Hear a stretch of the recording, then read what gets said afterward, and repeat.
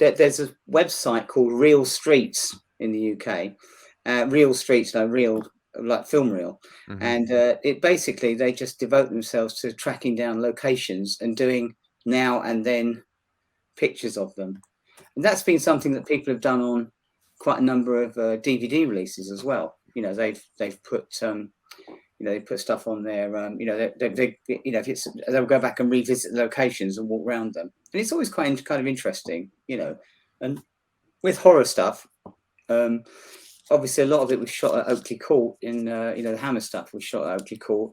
I guess the same thing would happen with you with the Night of the Living Dead locations, the original ones. I mean, I suspect people have been around there quite a few times. I suspect I don't know whether they still exist or what, but I'm sure people are fascinated. I mean, you guys can't have been old enough to see it when it first came out, but it's an interesting, because I did see it when it first came out, and it was a second feature to a film called Curious Female, which was a sex movie with Angelique Petitjean in it, who was the girl from she became a porn star later on, but she was in Star Trek, doing quite an exotic turn in Star Trek. But ironically, the first time I saw it, it was in the same cinema that the werewolf bursts out of in American Werewolf in London. Since closed, and it was just a second feature because it was black and white, but I think they had on the poster George Romero's pseudo cult US horror. I don't know what was pseudo about it, but I do remember coming out and thinking, wow, I've seen something a bit different. So it's great that it went on to become so famous. Definitely. Was it a hit over in England when it first came out? Well, it was a different world in those days, because nowadays, you get the word of mouth going on things. If something's good, you can still find, when you get something, say on Netflix, like The Queen's Gambit, or which things like that, which might not initially sound that promising, a series about chess, for example. The word of mouth is what, because so much stuff out there now that you can easily miss things that are really good unless they really build up that word of mouth. I think the latest one is this thing called The Squid Game, this Korean production called The Squid Game, which is people are going mad for over here, but it is very, very good. But in the early days of in the 60s and the late 60s, you had this situation with films like I know Night of the Living Dead, which certainly did not get a major release. It sort of sneaked out and it went around the provinces. It didn't get released in any real big London cinemas, and so it really was a word of mouth film, and it, so I remember taking all my friends to see it, and going to see it a number of times, and it just, the landscape was so different. It certainly didn't get reviewed anywhere. That's another thing. You'd never have read a review for Night of the Living Dead in any newspaper or film magazine when it came out at all, because they didn't cover them.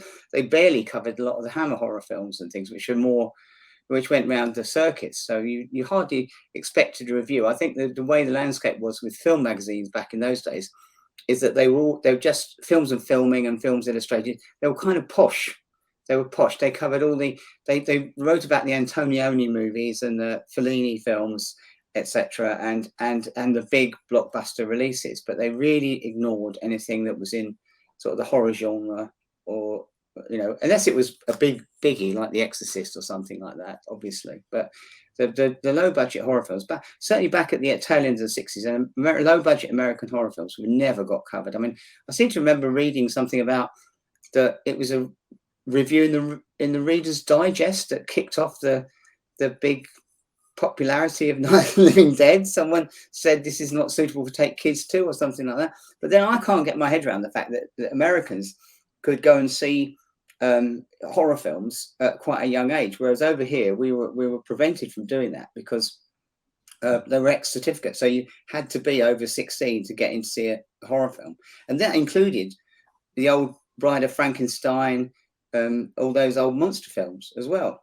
You still had to be over 16 to see those in the 1960s and the 70s, and you got a film like Freaks that was banned here till about 1968 or something. I don't know. So we had a bit more of I mean, I'd love to have seen those films when I was about 10 or 12, but we just didn't get the chance to see them. Did that, when Dawn of the Dead comes out 10 years later, was that a different type of release because Night had been so successful?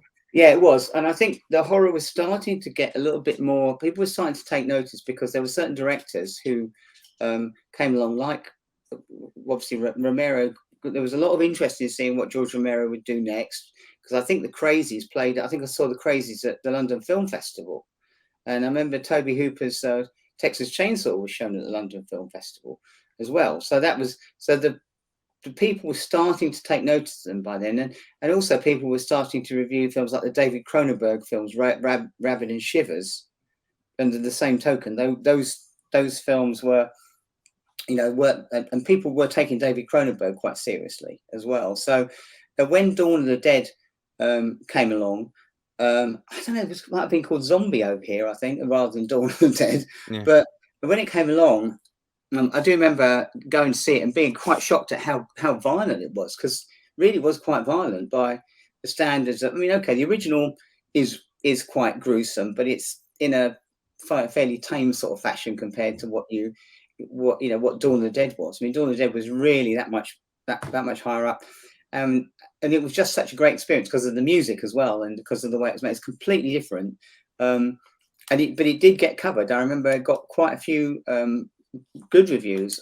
I think people were generally quite favourable towards it, although in many cases they just said, this film's a bit that should have been cut more, if you like, because there were scenes that were cut out of it anyway. I think the obvious ones are the ones like when at the beginning when they kick the door in and the guy gets his head blown off. That was cut out. I think you just got a reaction shot to that, and so certain bits like that. I think there may have even. I always get a bit confused with this. You guys probably know more about your Romero than I do, but the different cuts. You had one version. I think it's the Argento one. Has got the helicopter zombie in, or is it the other? I don't know. One of them has got that. But I do remember seeing that and thinking it's a bit phony, but it's good. We like the idea of it, because we were all big fans of Tom Savini back then, and just annoyed that we couldn't see all these exploding heads in films like that, and in films like Maniac, that again the stuff was all chopped out. Now it's come full circle, and those films are you see worse nowadays in films, but a lot of these movies are now 15 certificates over here, whereas before they were banned, or called video nasties or something. But I think a mark of the quality of the Romero film, it was never marked as a video nasty. It was obviously a properly made, seriously, it's quite a blockbuster movie in the horror genre, with everything about it. And maybe I feel that's because of the involvement of Dario Argento as well, and the decent sized budget it had. So yeah, it's I'm just disappointed with Day of the Dead. I think is a great film as well, but that just didn't work really with audiences as well. I just think it was a bit too gloomy and a bit too nihilistic, compared to the other ones. But that's got the most gruesome effects of all, and certainly for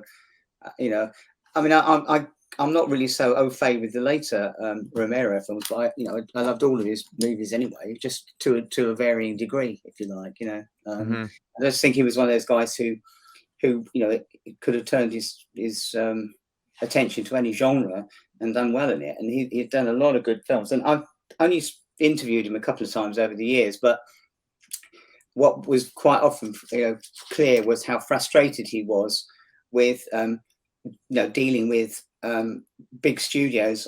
I think it was George Romero who told me that he was at one point involved in he was thinking of doing the Mummy. You might know this astronaut. He was working on, I'm sure he told me this. He was working on the Mummy, and he was working for so long and getting so frustrated about it. And the same with Cronenberg as well. Cronenberg had a go at that as well.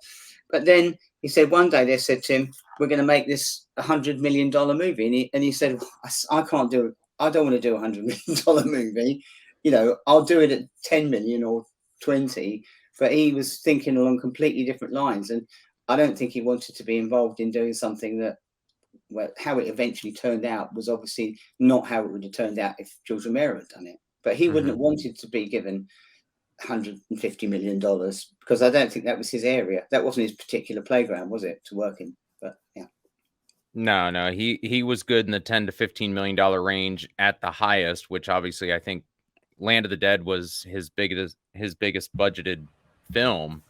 But yeah, I don't think he ever felt comfortable doing anything north of that, just because he knew how much control and how much interference he'd have to give up and he would have.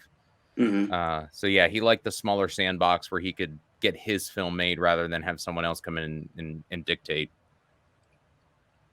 Well, you mentioned how the early Romero films maybe weren't covered or reviewed too heavily overseas, and I'm curious what you were up to around that time. Was that maybe what spurred you on to review films or get involved in genre writing?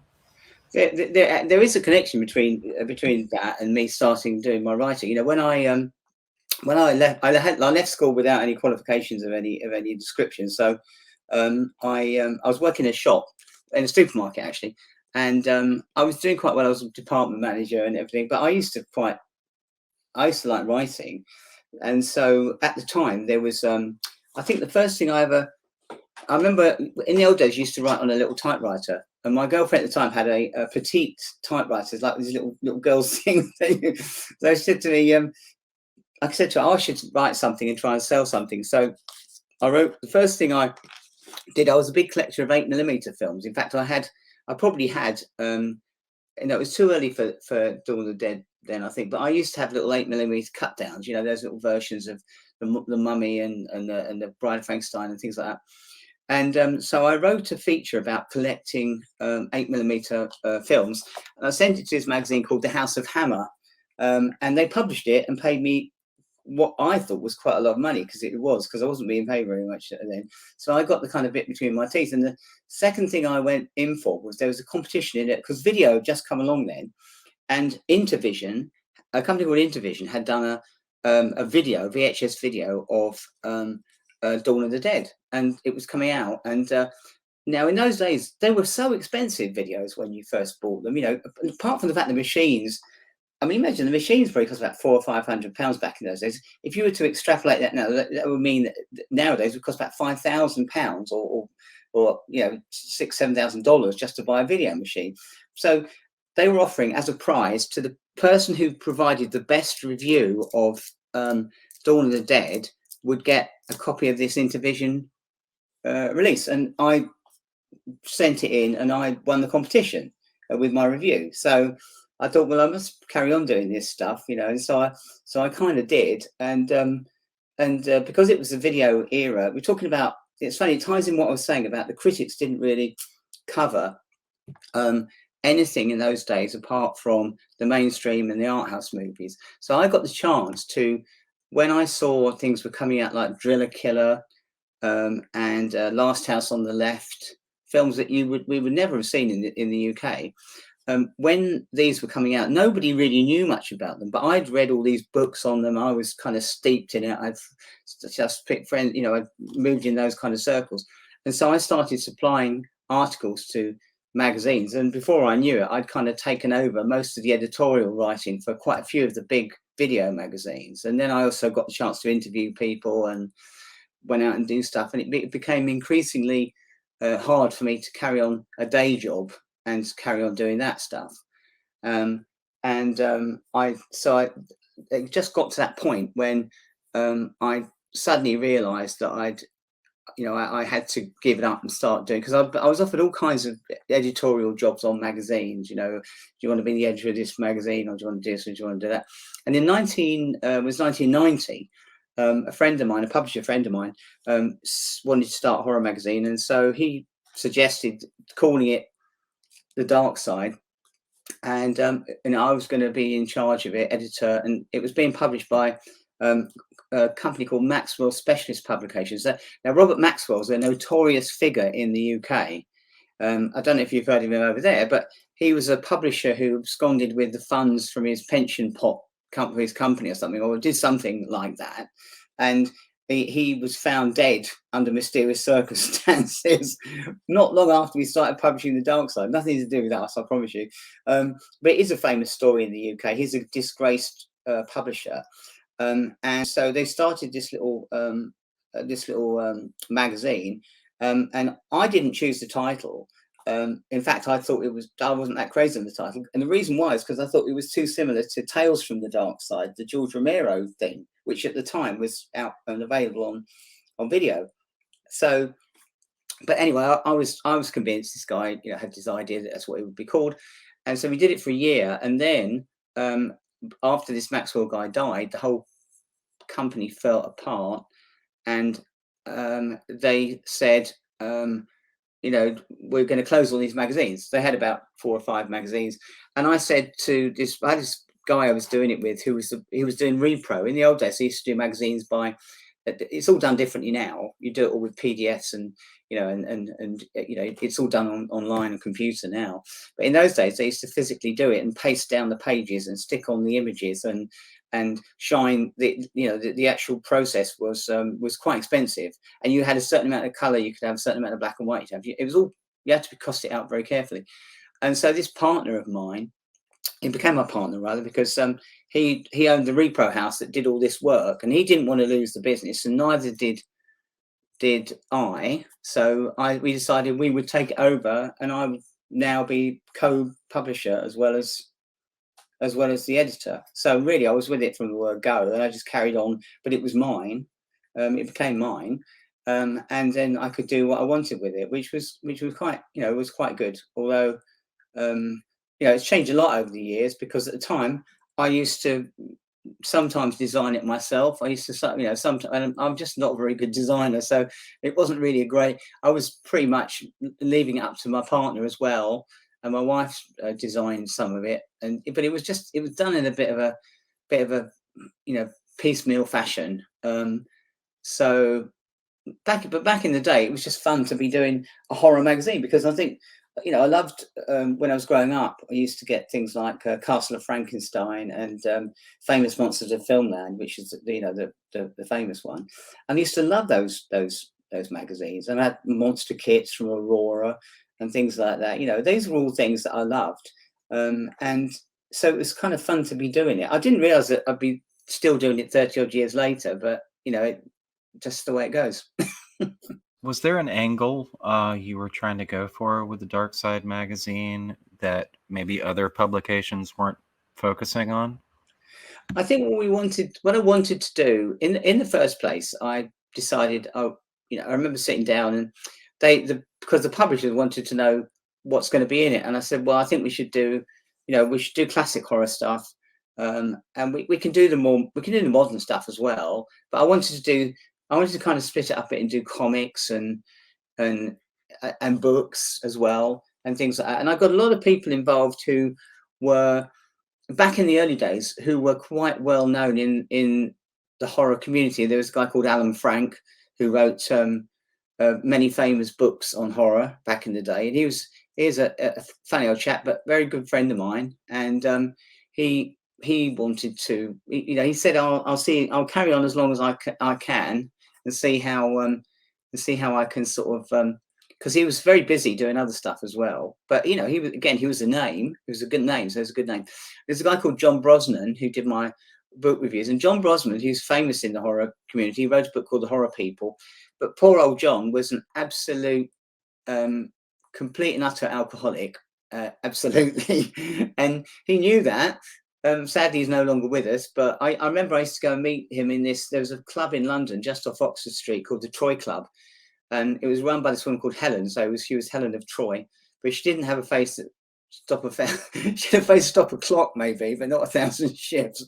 And but I remember going to meet him in this place, and you could not believe it, because it was just a room, a bare room, no slot machines, no Space Invaders, nothing like that.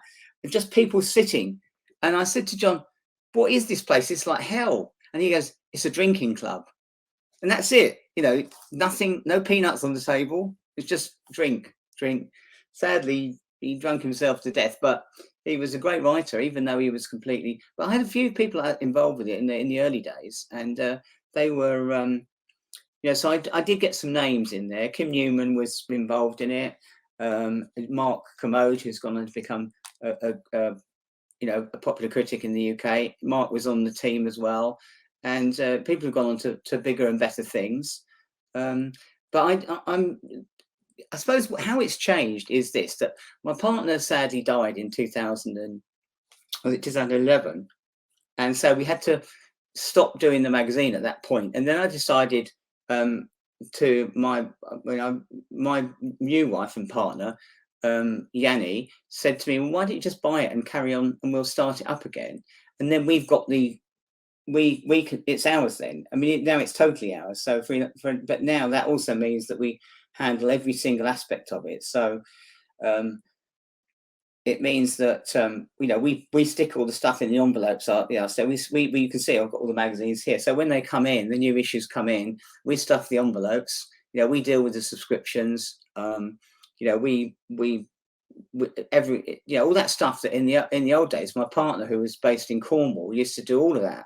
But now we deal with the finances. We pay the printers. We do the print run, and it's a quite a time-consuming job. And now we've gone to a new issue every 4 weeks, which is quite hectic.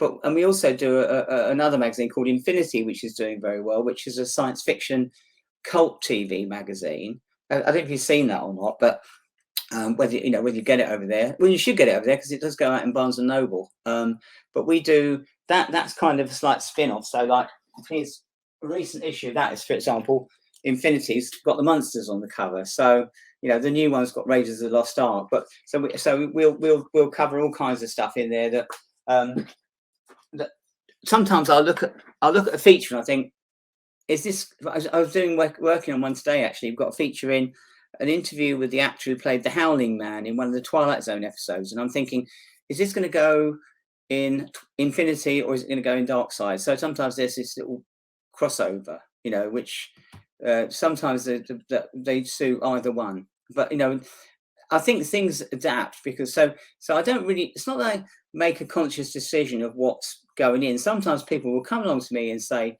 because they're regular writers, and they'll say, could I do a piece for you on something or other, and I'll go, yeah, that would be perfect for the Dark Side, or it'd be perfect for Infinity.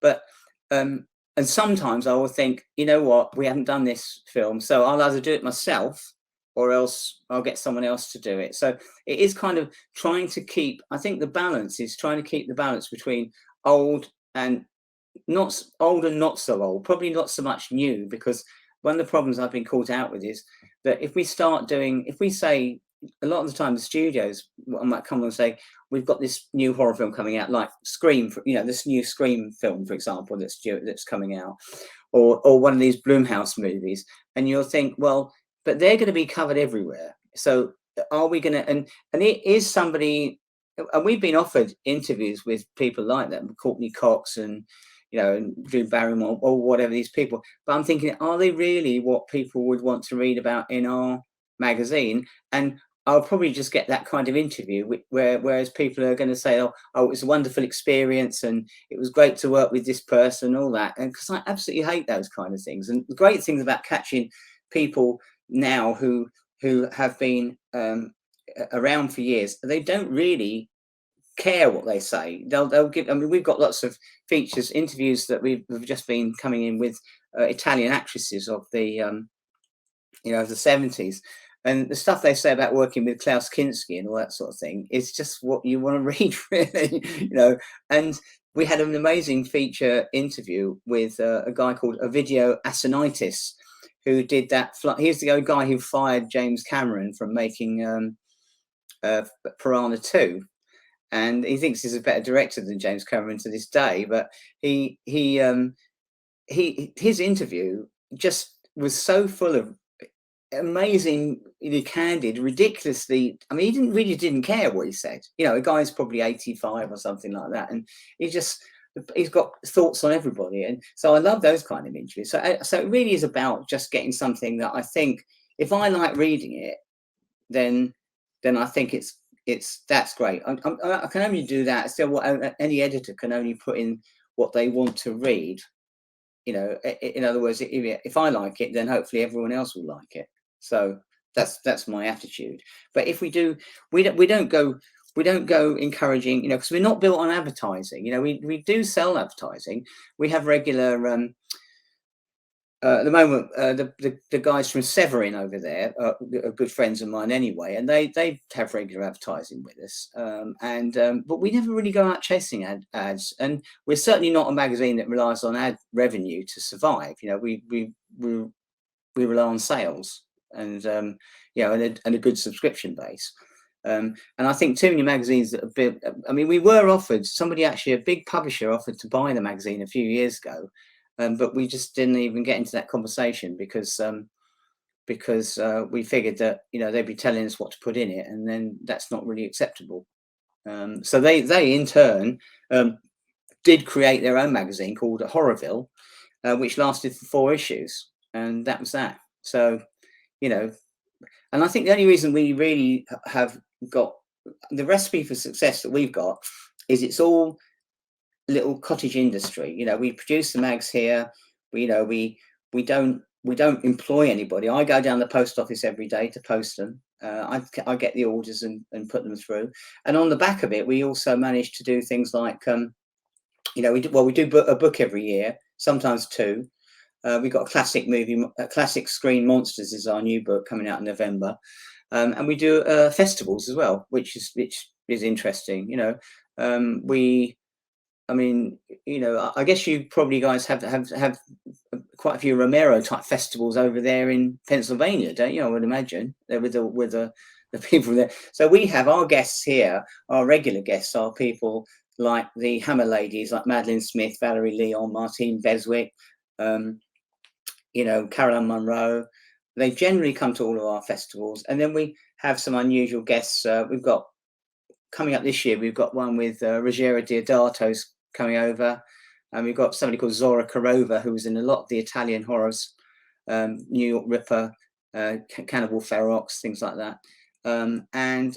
You know, again, we've had some extremely good guests, and we're hoping to we keep adding to the last minute. I mean, last time we had Ian Ogilvy came along, and we didn't even announce him because we didn't know till we spoke to him a few days beforehand, and he said, I'm here, I'll come along. So he came along. So we show films all day, and it's a great social event. I love those things, you know, because I always think what I like most of all about the dark side, and like when I have friends around to watch films, going way back to when I had my 8mm films, I just used to like getting people around, plonking them in front of a film and watching the shared experience of watching favourite films with friends and all that. And also with magazine, I think it's fun to share. Sometimes we have, I won't say we get it right all the time, but you know, we had for example, we did an issue a little while back. I'm just looking at it today actually. We did an issue which was about it's got what's his name, Todd Slaughter on the cover. Now I remember, you know, talking to our distributor, and they said, well, "Who's Todd Slaughter?" I said, "Well, you'll never. I mean, he's a guy. He gets no respect. You know, he's like Rodney Dangerfield, but he's the old barnstorming star of the 1930s and everything. His story's a really interesting one, but to put him on the cover of a magazine, you know, because I imagine, and I've been there because I've produced so many magazines for other people over the years. I mean, at once I was actually the UK editor of Penthouse magazine for some time, so I've done a lot of magazines of all types, and my experience of doing magazines for other publishers is they agonize over what's on the cover. They agonize over, you know, they've had meetings. What will we sell more? They get the old covers out and go, this one sold better, so maybe we should imitate this one. You know, another magazine I do in my spare time is it's called Royal Life. It's about the royals, the English royals. That goes on sale in America as well. And you know, the publisher I do it for, he wants to see about 15 different covers, and then we always have this thing: do we put Kate on the cover? Do we put Queenie on the cover? Do we put everyone but Prince Andrew gets a look in these days? So we just, you know, we have to decide what we're going to do. But I usually make a decision fairly early on, because we have an artist who does our covers, and I have this discussion with him. So, you know, I'll go, we've got a feature. We'll just sit down and say, we've got a feature on this, feature on that. And I do like having art covers on this as well, because it's unusual. It's part of the thing, same artist.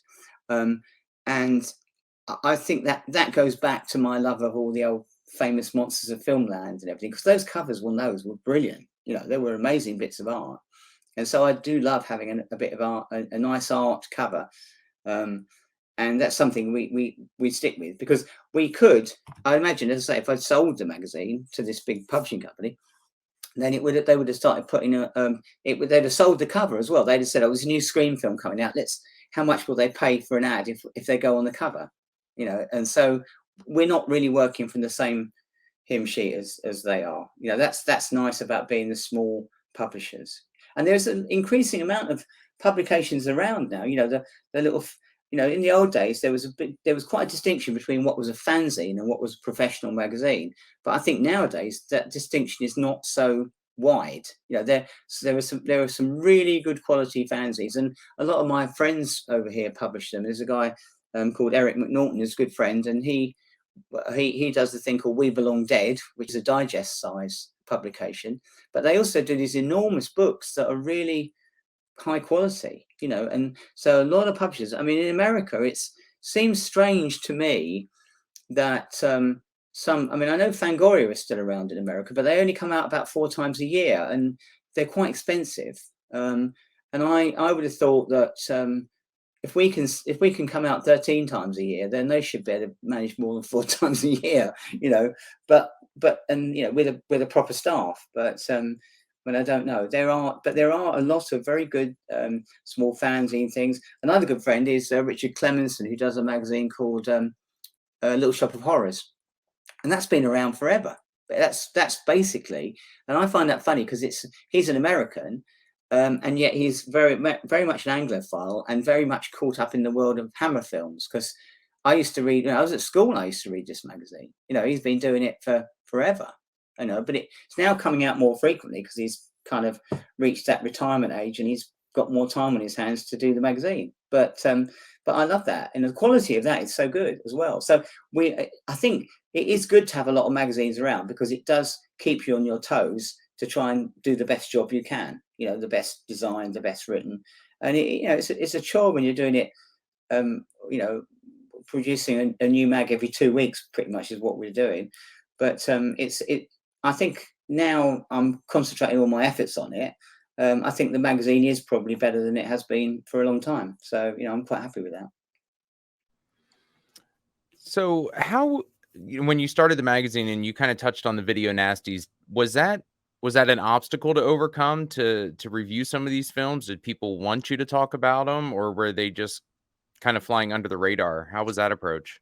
Well, it was weird because the video nasties was a strange period. It was that just to recap on the whole video nasties situation. It really when video came along at the tail end of the 1970s, people were not. There was, you know, the government was not ready for it, because there was no law to certificate them or to censor them, because, you know, they weren't film and they weren't an obscene publication. You know, they had the Obscene Publications Act, which meant you couldn't publish. So it wasn't printed matter, it wasn't film. There was no legislation on the books to cover these videos that were suddenly coming out. And also because when video came along in the first place, the major studios were somewhat apprehensive about getting involved in it, because they didn't want to throw away their big titles. So you had this double thing. You had the big studios going, no, we're not going to release any of our big films on video.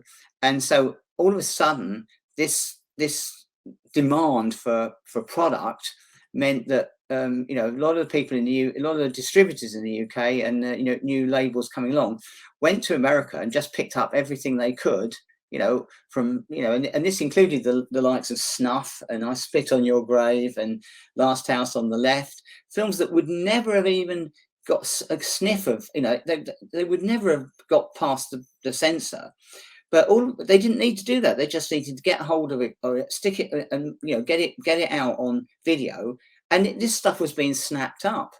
I mean, I think a classic example, which is in the zombie genre, there was there's a movie called was it called Last? Oh no, was it not Last? Yeah, that's right, Zombie Flesh Eaters, which was the Lucio Fulci zombie film. Zombie 2, as they called it, I think. So that film came out of cinemas on a double bill with the Toolbox Murders. But both films, I saw at the cinema on a double bill, and I never knew how much they'd been cut. But then when I got the videos of them, they'd been all the stuff that had been put back in, and so they became video nasties, like with the girl's eye pops on a splinter and all that kind of stuff. That was, we never saw that. We didn't realize, we didn't know what we were missing, but all of a sudden it became, the unofficial, the video nasties, when they started, going on about them. You could write about them, and it was great. So I was writing about them for magazines and doing reviews, and I was getting copies of these things. But then all of a sudden, the police, they then found a way of, police were raiding these shops that were selling these things, and ironically, some of the people who advertised in our magazine were being raided as well. They were putting their address in there. I've got an uncut copy of this and that and the other, and the police were using our magazine to go and trace these people and kick their doors in, and it was bizarre because you go to film fairs, and people were doing their trading out in the car park. They'd be opening their boot and like, I've got a copy of this. I mean, it seems ludicrous now, particularly with some of the films that were being done. But there are probably still some of those films that are still banned in the UK nowadays. I mean, it is crazy, but it certainly helped me to get started that I knew a bit about these films, because I've been reading about them in American publications, and but they weren't advertised widely in the UK. So that really did help me get started. There was a magazine called Video World that I used to write for, and eventually became an editor of, and that was popular because it was more, once we started going into the horror area, it became really popular. And so there was obviously a market out there for people who wanted to read about these films. And you couldn't, as I say, they were not discussed. They were not treated as proper films like they are now. I mean, now strangely enough, things have kind of gone the other way around. There's more concentration on cult movies and obscure movies than there are the mainstream ones, I think, now. Particularly once you get into the whole social media aspect of it. It's more of interest, and people, as I say, the going back to the whole Romero thing as well, the amount of money that Romero should have made out of the first one. He should have been making a different kind of movies, maybe, as he went on. But I remember seeing Night Riders and thinking how great it was, but I couldn't read any reviews of it anywhere. So I remember doing a big feature on Night Riders, one of the first things that I did, when saying how good a movie that was. And also, after I finished doing that, I remember the guy who was editing one of the magazines. Well, I think it was Photoplay magazine, and he said, "This George Romero sounds really interesting. We should do an article on him." I said, "Yeah, well, I'll do that." But these people now he's well known, and now like and Argento and everyone else, all these other people are. But certainly back in the day they weren't, and that, I think, was my big chance to get in, even though I had no qualifications. I remember going out one day with a guy, another journalist who was quite well known, and we went to the set of this film called Billy the Kid Meets the Green Bay's Vampire. That one you have to look up. Is at Twickenham, and we were having lunch, and he said, "So where did you study film then?" I said, "Well, Dorking Embassy down the road from where I live." I studied my film, because I can't imagine what my dad would have said if I said, I want to study film at university. I mean, apart from the fact I didn't know anyone who'd ever been to university in my whole world, if you like, my world that I lived in. But also the idea of going and studying film would have been, I'd have loved it, because I'd have loved to go and study film, but, and I could probably done quite well. But that's why I tend to come at these things from a slightly different angle than the average sort of like, posh journalist. So I think that's why we kind of we throw our net wide. And but I certainly do love delving into areas that other people don't, and that's why I love getting interviews with really obscure people who've worked on. I mean, we've done most of the Night of the Living Dead people over the years, and they come over here, don't you? They come over to a friend of mine, Marcus. He does a Weekend of the Dead festival type thing, and that the fact that keeps going and is so popular proves that the long-term interest is in the Romero zombie movies is there, definitely. And we were hoping to get Asia Argento over at some stage and show Land of the Dead at our Darkfest. We were negotiating for that this time, but it didn't happen. But who knows? Is there a pressure to make the magazine or the publication more collectible these days, as opposed to just kind of something that you read and dismiss? It's something I always thought about. This is a weird thing about the collectability of magazines, because we have a when we do our subscriptions, or say we're doing a book, we'll have a voucher they can cut out and send in. But most people just photocopy that, or they write, because they don't want to cut their magazine up. We do our own binders for both this and for Infinity magazine, and I think so. Therefore, we know that people are collecting. I'd say quite a number of our subscribers are out and out collectors. I've never hugely been a collector of magazines myself. If I buy a magazine, I've got quite a lot of the old ones that I've written for outside, and etc. etc. But again, it's a matter of space and how much, whether you got space for it. But I'm delighted that there are people who say, "Oh, I've been getting your magazine since the first issue, and I've got them all in binders." And that we know from the binder sales that there is certainly hundreds and hundreds of people out there who are collecting them. I don't think it's really difficult, because when you're putting a magazine out in shops, what's going to happen is that the way that magazines work in shops now is a strange one, because in the UK you have to basically rent space in the major newsagents and supermarkets. So what you're doing is you're paying them to go on their shelves, if you like, and anything you don't sell, it gets thrown in the bin. And that's the same in America.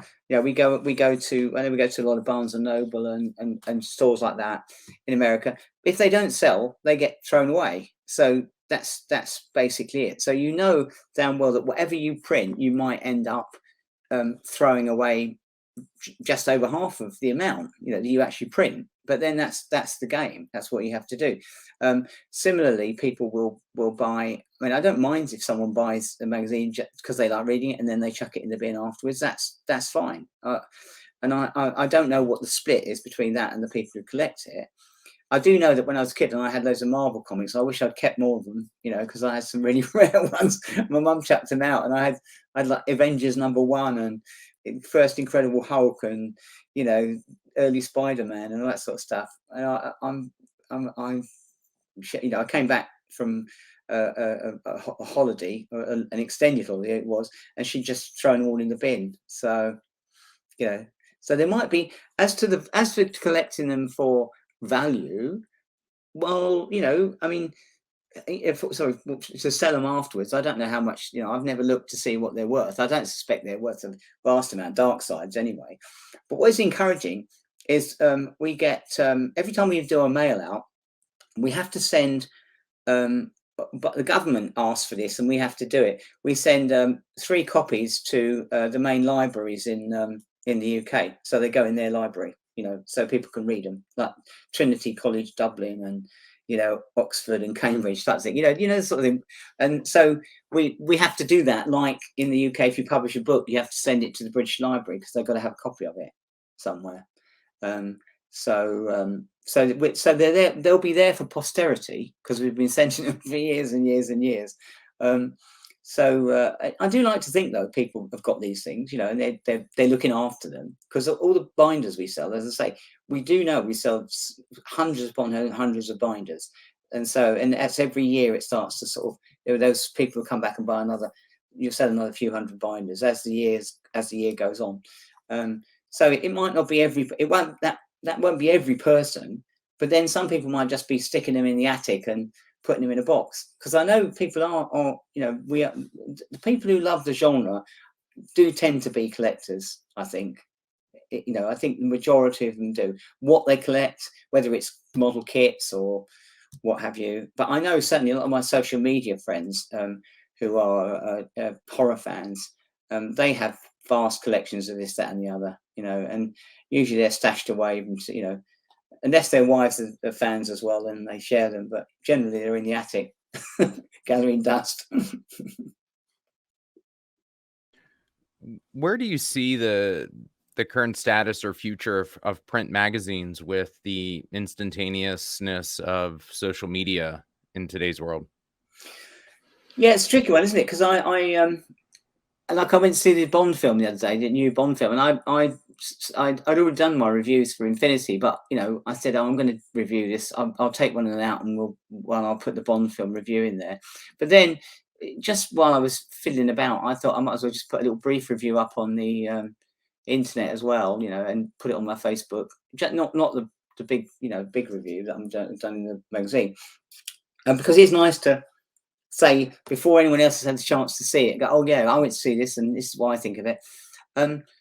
So that instantaneous thing is great, and of course, you know, magazines, even like Empire and some of the big, I don't know how they work it, but I think they probably put a review online quite quickly, and then the different review in the magazine. Maybe that's the way they do it. I don't know, because you know, if you're only coming out, even if we're coming out monthly, you're still going to be late to the party. You know, by the time I get my review on sale, which should get to people about the 20th of October or something, the people get the copies early, but it's still going to be old news.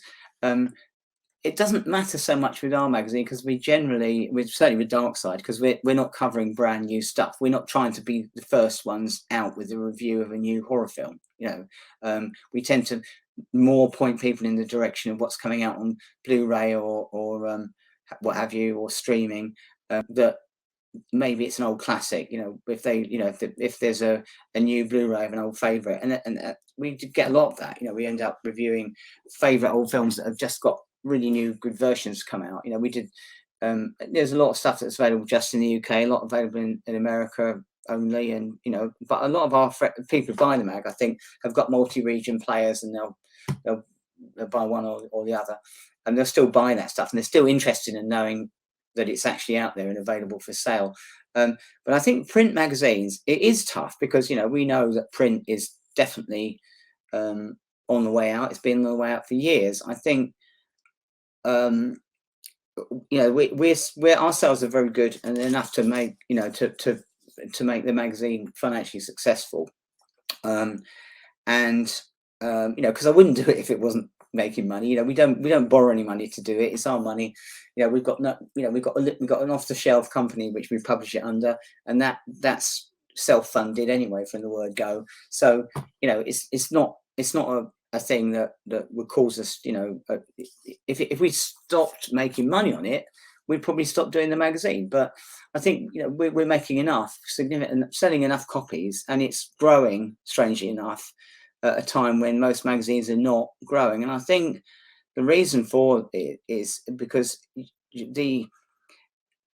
what's happened with magazines is print has now become more the domain of the smaller publisher. Because take, for example, during the pandemic, we decided we didn't miss an issue, but basically they were coming out every 6 weeks. So I said, right, well, since we don't know whether there's going to be any shops open, we won't publish the next one until 12 weeks later rather than 6 weeks later. So we had a kind of 12-week period between magazines, which was sensible. And then we got back to normal. But I know a lot of publishers saying, I'm still not putting that out in the shops. And I said, that's, you know, we put out magazines. We don't we don't, we try and stick to it. Well, we always stick to a deadline, and that's it. And so we can say a year ahead when every issue is coming out and when it's going to be posted.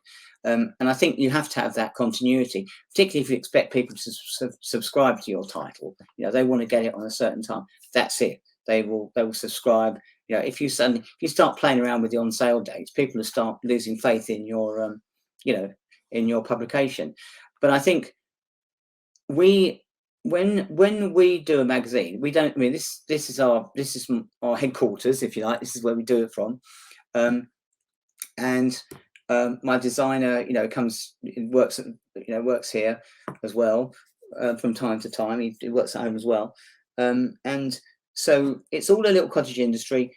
When the pandemic was going on, it didn't affect us at all because we were still doing the same thing, because we do everything online. If I can still interview people like you're interviewing me here.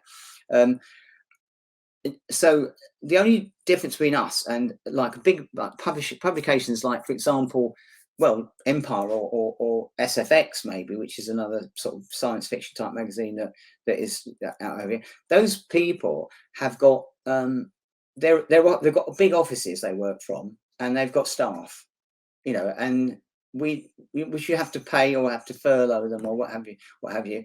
I think as this, and that therefore they do need to have advertising revenue, and they do need to have quite high sales.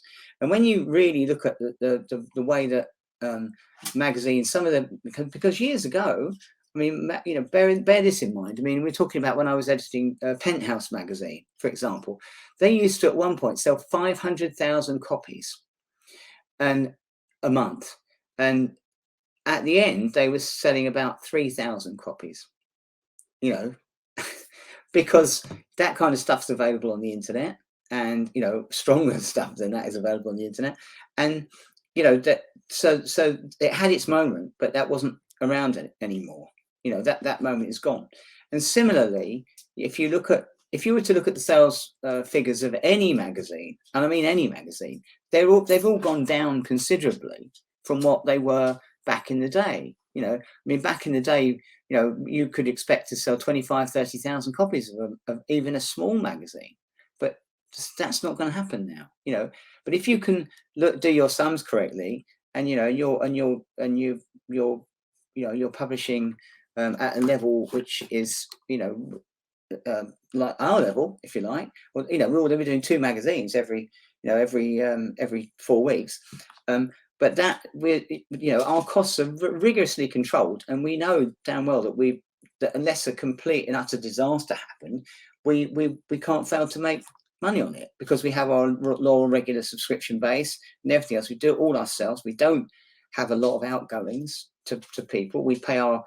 I pay the designer and we pay our writers, and that's another thing, because a lot of these genre magazines that are fanzine type things do not pay their writers, and but the writers in many cases don't mind, because they're doing it to get their name in print. But we pay our writers. That's why we have sort of professional writers involved in it. And I think the future of print magazines will be in the hands of small publishers, because I think the big publishers will go, there's not enough money in it for us. There won't be enough money in it. I mean, the digital side of things is the other thing. It's not massive for us, but we do sell digital copies, and it goes out through various platforms. Goes on Amazon, and you can get it on a Kindle, and various other things. And they're always trying to say to us, well, you could go into this, and you could have it so that they could click on a picture and it could show a trailer or something like that. But that's a bit, it's a bit too complicated for me. I'm sure it would be great, be fine, but the limited amount of time to spend on that, and it's not something I know a great deal about. I know more about doing print magazines, and I think if we had to get to a stage where they said print is no longer viable, I'm pretty sure I wouldn't go wasting my time just doing a digital version, because it's not satisfying enough for me. I like to actually have the magazines in. It's like when you get the magazine in, you sort of flick through it and you think, oh, this looks great, and you're sort of looking at the different sort of spreads and things like whatever, and it's just having that, and then okay, someone might stumble across a copy of it in 30 years' time at a car boot sale or something. Well, this looks interesting, but it's going to be around. Unlike the stuff online. That's why I prefer. I still prefer actual physical media to just digital. Yes, it's handy if you've got sometimes it takes you longer to find something. But not everything's on streaming, is it? I mean, if you must find the same thing. I think we all do. You think, oh, I'm watching that again now, and then you go looking on Netflix, you go looking on Amazon Prime, you go looking on whatever else you got, and you can't find it, and you realise to your horror that you can't watch it unless you happen to have that Blu-ray or old video DVD sitting around, which I frequently do. So I go, oh no, I've got that somewhere.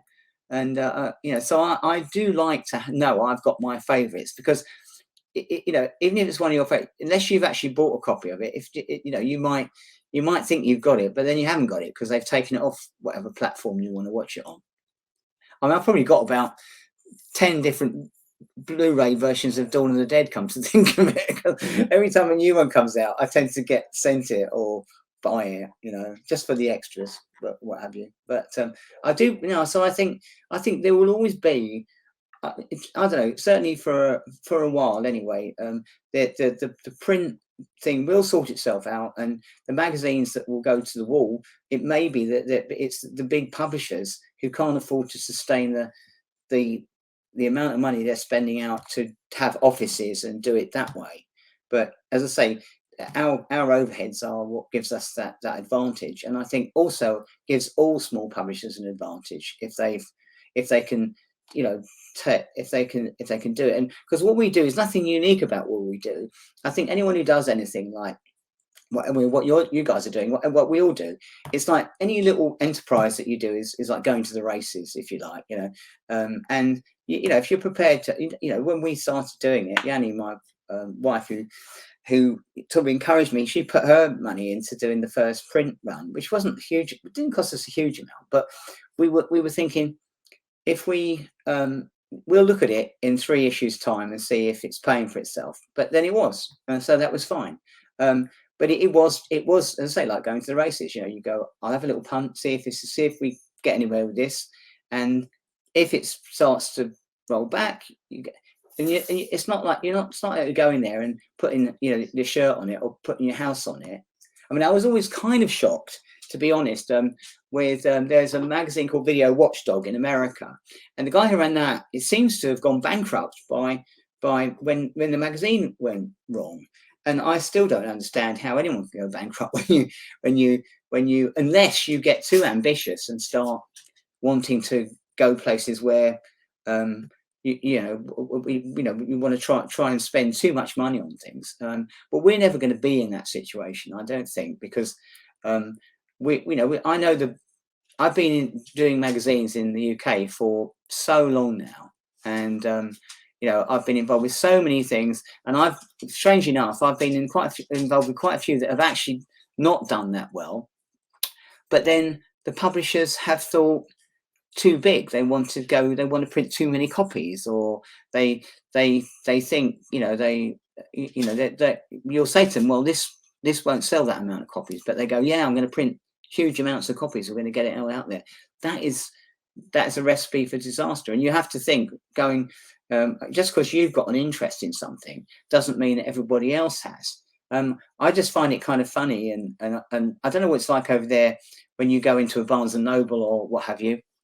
But certainly over here we have WH Smith. They're the biggest newsagent, and they have hundreds of magazines in there. And I often have a little scout along and think, oh, how come there's like 10 magazines on tractors, or there's about 25 magazines on railways, So, and you think so, and yet you think that horror or maybe science fiction would be a massive great subject. But there's not 10 magazines on horror or 10 magazines on science fiction. There's more magazines on these little stamp collecting, maybe, or something like that. All these things that you think.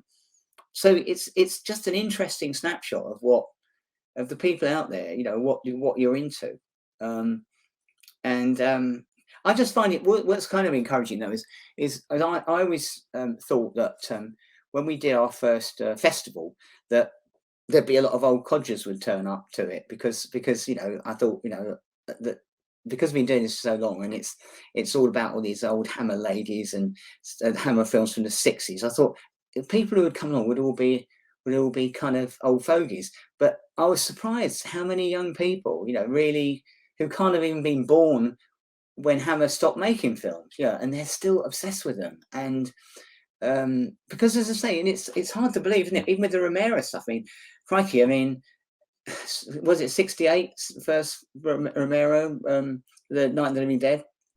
Such a long time ago now, yet that film is still shown, and it's amazing that it gets the super duper Blu-ray extra high definition treatment every so often. I remember getting the first one. I think it was probably on Laserdisc when it first came along, and thinking how amazing that this film looks so good, because I'd never seen it. I'd seen it in the cinema and it was all scratchy, looked horrible. First time I saw it, it really didn't look, probably looked like it was 16mm or something, and it looked really, really, rotten, because it was a print. There was probably 2 or 3 prints that went around the whole of the UK and kept going back. By the time I saw it the last time, it was nearly falling apart, but it's like the zombies.